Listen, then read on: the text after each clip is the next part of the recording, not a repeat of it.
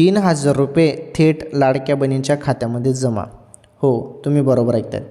ज्या हप्त्याची तुम्ही एवढं जण आतुरतेने वाट बघत होते ना बहिणींनो, थेट 3,000 रुपये आता. हे बघा, यामध्ये 17वा हप्ता प्लस 18वा हप्ता, हे 2 हप्त्याचे हे 3,000 रुपये आहेत. KYC तुम्ही केली नसेल तर तुमचा हप्ता थांबवला जाईल.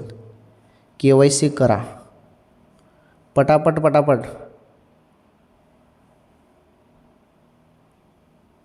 ओके, KYC नाही केली तर तुमचा 31 डिसेंबर नंतर हप्ता थांबवला जाऊ शकतो.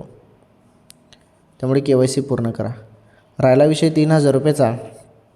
बोललं जात आहे की जवळपास 15 डिसेंबरपर्यंत तुमच्या खात्यामध्ये हे 2 महिन्याचे 3,000 रुपये जमा होतील. ओके, थोडं तुम्ही वाट बघा. हप्ता आता कोणत्या क्षणी जमा होणार आहे तुमच्या खात्यामध्ये, ही सर्वात महत्त्वाची बातमी समोर आली होती.